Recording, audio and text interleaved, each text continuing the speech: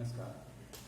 Seed germination जो अपना topic था, तो अभी तक हमने उसमें किस तरह से जर्मिनेट होता है, पीजियल जर्मिनेशन क्या है, हाइपोजियल टाइप जर्मिनेशन क्या है, किस तरह से इसकी फिजियोलॉजी है, इसी में हम पढ़ रहे थे पिछली हाइड्रोलाइसिस ऑफ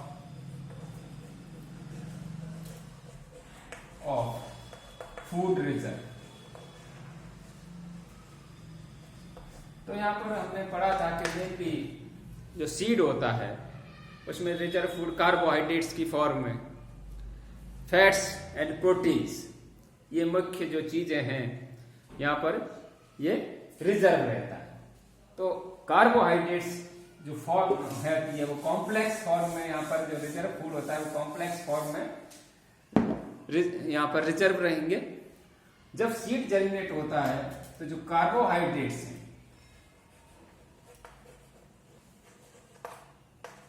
कॉम्प्लेक्स से सिंपल फॉर्म में कन्वर्ट होती, यानी पॉलीसेकेराइड से डाइसेकेराइड और डाइसेकेराइड से मोनोसेकेराइड, और लास्ट में ये ग्लूकोज या सॉल्युबल सुगर्स में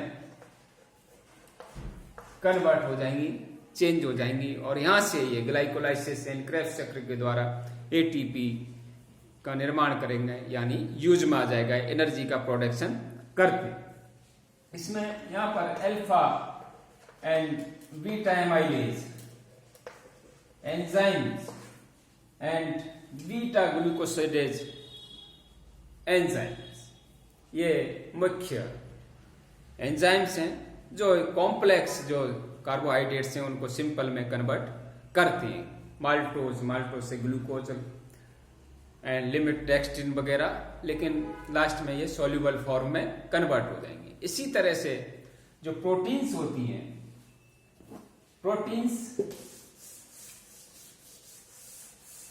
टूटेंगे प्रोटीज एंजाइम्स वगैरह की उपस्थिति में, और यहां से इससे अमीनो एसिड्स का निर्माण हो जाएगा। एमिनो एसिड्स बनते हैं। एमिनो एसिड्स डीएमिनेशन के द्वारा अल्फा कीटो एसिड्स का निर्माण करेंगे, यानी कीटो एसिड्स का निर्माण करते हैं। और जैसा कि हम जानते हैं कि जब क्रेब्स साइकिल होता है तो वहां पर ये कीटो एसिड्स रॉ मटेरियल के रूप में काम आ जाएंगे, रॉ मटेरियल्स, क्योंकि अपन जानते हैं क्रेब्स साइकिल में अल्फा कीटो ग्लूटरिक एसिड इनका निर्माण होता है। तो यहां पर जो प्रोटीन्स हैं, प्रोटीन्स अमीनो एसिड्स में, और एमिनो एसिड्स का डीएमिनेशन होकर के और कीटो एसिड्स का निर्माण हो जाता है, जो रॉ मटेरियल के रूप में क्रेब्स चक्र में चले जाते हैं। नेक्स्ट जो फैट्स हैं, फैट्स ग्लिसरॉल एंड ग्लिसराइड्स वगैरह उनमें, और उसके लास्ट में फिर ये फैट्स से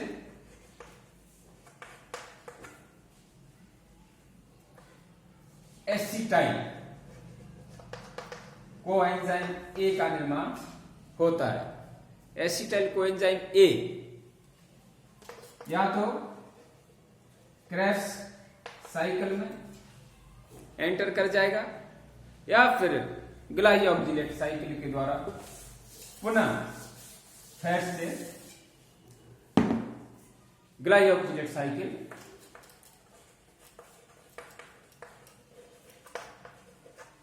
और यहां से कार्बोहाइड्रेट्स में कन्वर्ट हो जाएगा, और इससे फिर यहां पर जो अपने बायोलॉजिकल साइकिल्स हैं उनमें ये यूज हो जाते हैं। नेक्स्ट जो चीज है, जब सीड जर्मिनेट होता है तो वहां पर जो रेस्पिरेशन होता है या श्वसन होता है, उसमें इनहेंसमेंट होता है, यानी श्वसन की जो रेट है वो कई गुना बढ़ जाती है सीड में, क्योंकि पहली जो प्रोसेस है सबसे पहली सीड में इम्बिबिशन,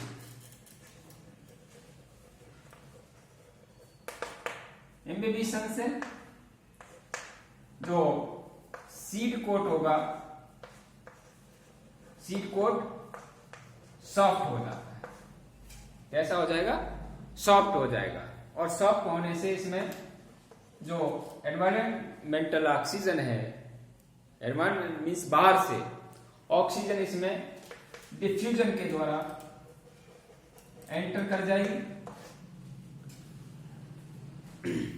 और जब ऑक्सीजन एंटर करेगी तो यहां पर जो पहले से ही माइटोकॉन्ड्रिया प्रेजेंट होते हैं सीड्स में, वो दोबारा से एक्टिवेट हो जाएंगे, और एक्टिवेट होने के कारण वहां से श्वसन की जो रेट है वो कई गुना बढ़ जाती है, रीस्टोर्स हो जाते हैं माइटोकॉन्ड्रिया, और इसमें कई फोल्ड या कई गुना रेट बढ़ जाती है। और इसमें फिर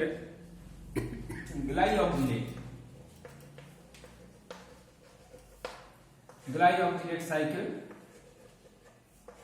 के द्वारा एनर्जी का प्रोडक्शन होगा, और ये एनर्जी आगे की जो प्रोसेस है यानी प्लूमुल्स एंड रेडिकल उसको बाहर निकलने में काम में आ जाती है। इसी तरह से पेंटोज फॉस्फेट पाथवे भी यहां पर चालू हो जाता है। तो जैसा हम पहले पढ़ा था कि सीड में शुरू में जब रेस्पिरेशन होता है तो वो एनारोबिक होता है, एनारोबिक होता है यानी अवायवीय, लेकिन बाद में वो एरोबिक रेस्पिरेशन में चालू होता है जब इसको ऑक्सीजन मिलती है। तो इस तरह से जो रेस्पिरेशन इनहेंसमेंट होता है और वो इसको जर्मिनेशन में सहायता करता है। ऑक्सीजन यहाँ पर मुख्य रोल प्ले करती है और एरोबिक कंडीशंस प्रदान करती है, जिससे कि एरोबिक रेस्पिरेशन चालू होती है। इसी तरह से जब सीड जर्मिनेशन होता है तो वहां पर ग्रोथ हार्मोन्स या हार्मोनल चेंजेस भी होता है, हार्मोनल चेंजेस। यहां पर ऑक्सिन्स, जिब्रेलिन्स एंड साइटोकाइन ये प्रमोट करते हैं, जनरली प्रमोट करते हैं, और एब्सिसिक एसिड ABA यहां पर इसको सप्रेस करेगा सीड जर्मिनेशन को।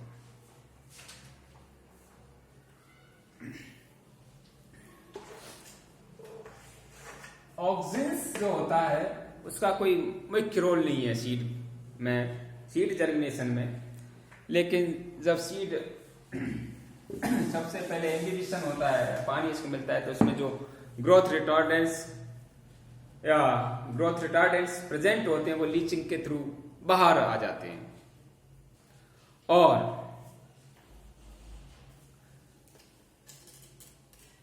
Gibberellic acids, auxins and cytokinin इसको प्रमोट करते हैं।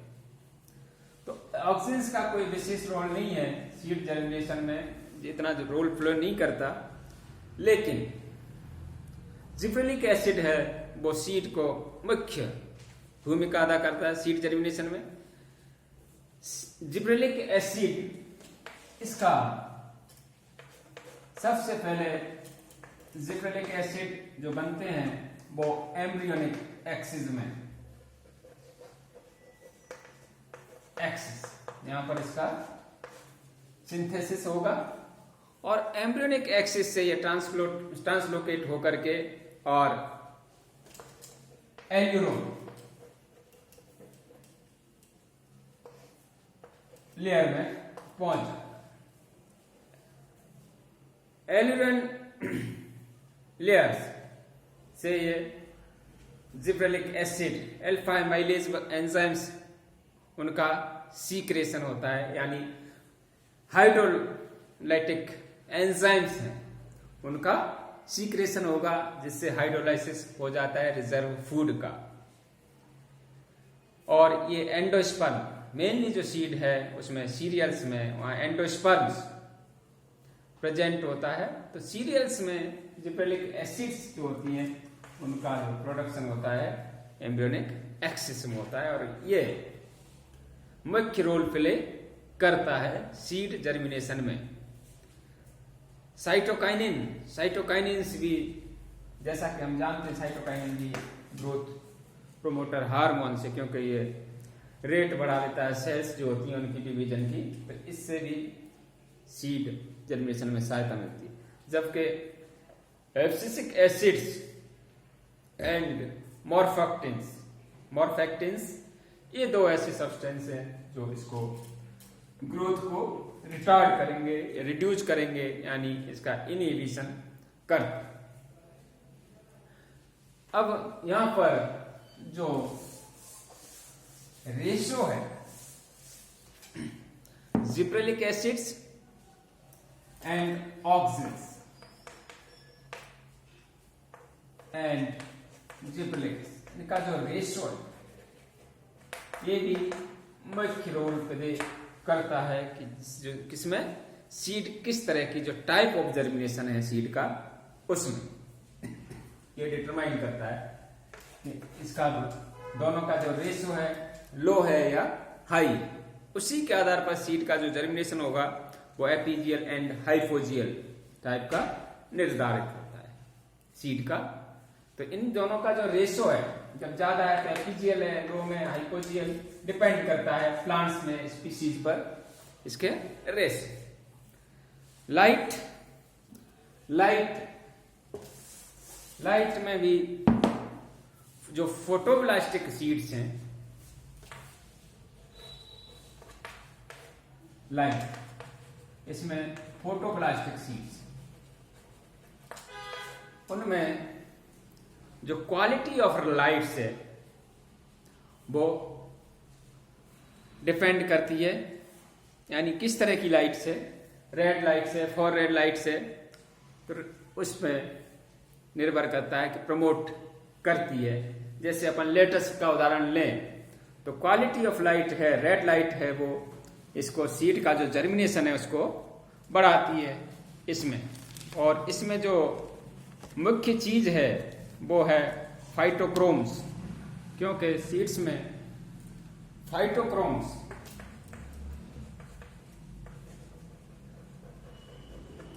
जो हैं वो रेड लाइट में इनएक्टिव फॉर्म में होंगे। जब इसको रेड लाइट मिलेगी तो यह एक्टिव फॉर्म में कन्वर्ट हो जाएंगे। किसमें? रेड लाइट में ये एक्टिव फॉर्म में कन्वर्ट हो जाएंगे। और कैल्शियम आयंस एंड कोलमोड्यूलिन्स इनके मीडिएशन से यहां पर ये लाइट सेंसिंग हो जाता है, और इससे आगे चल करके मेटाबॉलिक रिएक्शन वो बढ़ जाएंगी, क्योंकि ये मेटाबॉलिक रिएक्शन को प्रभावित करेंगे और आगे सीड जर्मिनेशन हो जाए।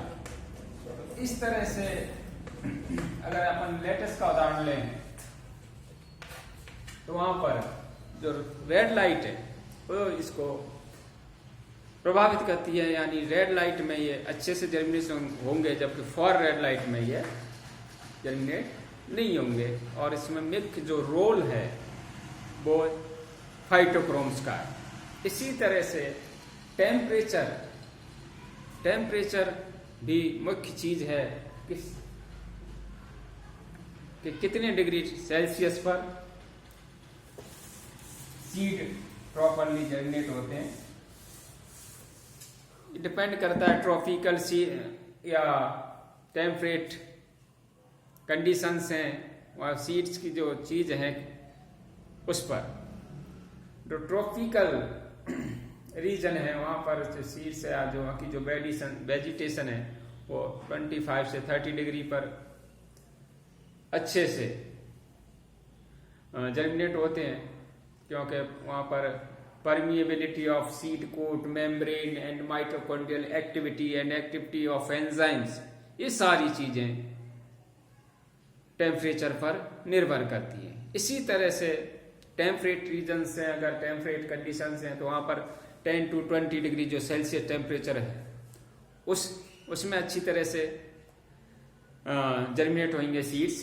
तो अपन को जो सीड्स हैं जर्मिनेशन यानी किस तरह की हैबिटेट में, किस तरह की हैबिट में, किस तरह की कंडीशंस में पौधा पाया जाता है उस पर ये डिपेंड करेगा।